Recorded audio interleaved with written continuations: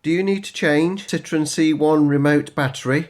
Do you also need to know Citroen C1 remote key programming? This is for you. Remove that screw with a number 1 posi screwdriver. Preferably a magnetic one. You'll see a small slot between the two halves of the casing. With a plastic trim removal tool or a coin, use that to split the casing. Open the casing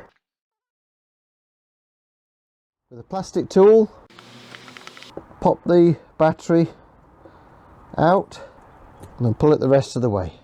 Once you've got your new battery out of the packet, hold it by the edge only, remove any warning sticker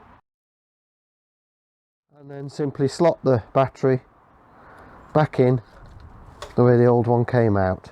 Replace the circuit board into the key half of the body, both sides evenly, press it back into place. Don't forget to replace the screw. Now, replacing the battery should not cause it to lose synchronization with the car.